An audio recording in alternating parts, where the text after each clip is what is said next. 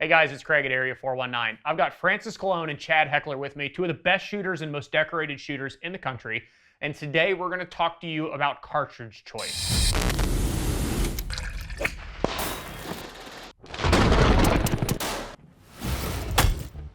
It's a huge argument about BR or BRA or BRX or BRDX or Creedmoor or XC or whatever you want to get into. Forget about the GT.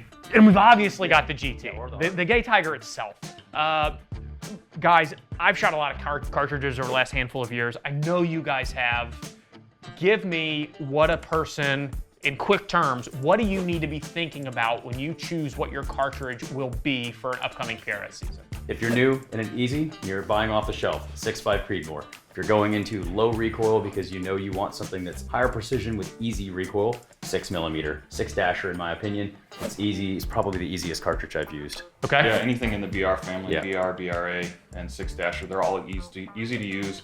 There's brass, factory brass for all of them at this point, and you know they're reliable. They're efficient cartridges, and then pick a forgiving projectile as well. I mean that's huge. That's the other part of the equation.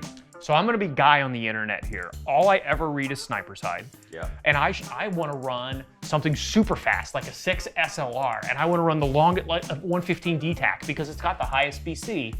Why doesn't everybody on the circuit do that, right? Why I would want my bullet to go faster, be higher BC, cut more wind. It's counterintuitive. High speed gives you less time to react to what happens downrange. If I'm sending a round and it's at 400 yards and it gets there half of a tenth of a second faster versus say a 2,800 foot per second round, I may not ever see where it hit. It's done and happened and I don't know where it hit.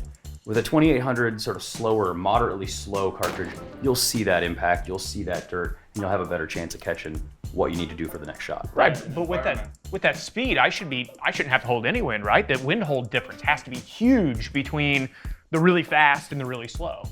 Yeah, I feel like people chase speed and they don't really realize how little it really helps them. I mean, you can run some simulations in your Kestrel and go and check and see what 100 extra feet per second will give you at 1,000 yards. It might give you a tenth less wind hold for the same wind value. So it's really not about the speed at that point. It's about getting your good initial wind call in the first place. And that comes with experience. Yeah. You have to shoot matches. And honestly, consistency trumps speed. So it doesn't matter how fast we're pumping it out or how high our average BC is. If your projectiles are consistently at the same speed, consistently at the same BC, you're going to have more predictable results. You can then make better calls. Something that I've learned over time, and you guys obviously can learn and feel this too, and if you haven't ever felt it, it's hard to explain. I can feel when our rifle is happy in low development on pressure. Yeah, it's an easy feel.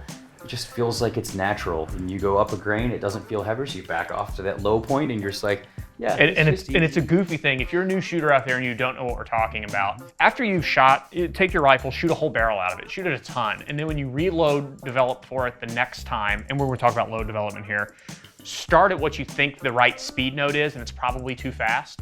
And then as you walk it down, you're going to feel a node down or so. That rifle's going to shoot much, much better. It's going to feel like a brand new gun. It's going to be smoother.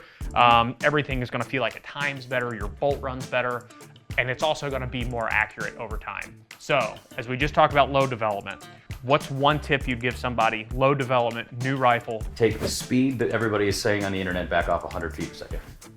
I mean, I guess it depends on who you're listening to. Yeah, but I think the trend is slower in the BR cartridges these days is to be in that 2,800 to 2,860 range. On the high end. And yeah, so that's kind of where I run. My BR is in the 2,800 range, and my dasher is in the 2,840 range when it's cold. You know, so it could get up to 2,850. What about you? What are you running? 2,850, and I'm gonna pull it back to 2,800. Yeah. There have been a lot of matches won with a BR shooting a 105 at 27.75. I mean, the less you can worry about on the gun, the more you can worry about downrange, and that's what matters. All right, guys. Well, thanks for the time. Stay tuned in. We're going to get more videos with Chad and Francis and get some really cool content that's going to help you, a new shooter, as you get into a PRS season.